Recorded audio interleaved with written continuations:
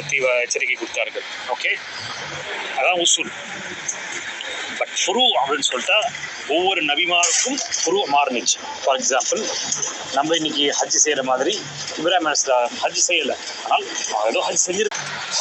உசூலில் ஒற்ற கருத்தில் இருந்தார்கள், ஆனால் ஃபுரூஇல் அதாவது ஷரியா மார்க்க சட்டத்தில் வேறுபட்ட கருத்தில் இருந்தார்கள். அவங்க காலத்துக்கு ஏற்ற மாதிரி சட்டங்கள் இருக்கும். சில இதில் ஒன்றா வரும், சில இது டிஃப்ரென்ஸாக வரும். ஸோ ஜென்ரலாக உசூல் ஃபுருன்னு சொல்லிட்டா உசூல்னா அக்கீதாவை குறிக்கும், ஃபுருன்னா ஃபிக்கோட சட்டத்தை குறிக்கும், மார்க்க சட்டத்தை.